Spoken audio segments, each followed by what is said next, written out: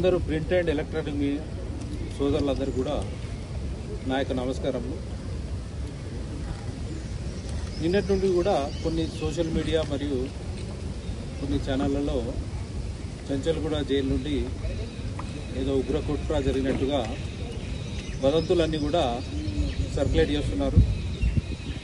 దానికి సంబంధించి research department Telangana తరఫున నేను చెప్పదలుచుకున్నది ఒకటే,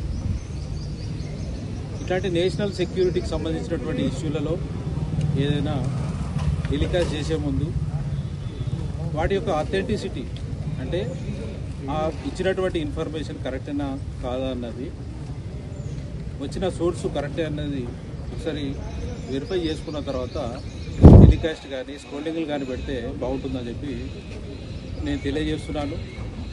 ఇట్లాంటి పుకార్లు కానీ నమ్మశక్యం కాని విషయాలు బాధ్యతాయుతమైనటువంటి ఛానళ్లలో వచ్చినట్టయితే ప్రజలందరూ కూడా ఒక భయభ్రాంతులకు గురై ఏదో జరగబోతుందన్నటువంటి దాంట్లో ఉండే అవకాశం ఉంది. దాన్ని దూరం చేయడానికే ఈరోజు సడన్గా ప్రెస్ మీట్ అన్నది మీ అందరినీ కూడా పిలవడం జరిగింది. ఇందుకు సంబంధించి నేను చెప్పదలుచుకున్నది ఏంటంటే, చంచల్గూడ జైలు నుండి మీరు చెప్పినట్టు లష్కరే తోయిబా కానీ అట్లాంటి ఉగ్రవాదులు ఓన్లీ ఒకరే ఒకరు ఉన్నారు. ఆ జాహేద్ అనే వ్యక్తి ఒకరే ఉన్నారు.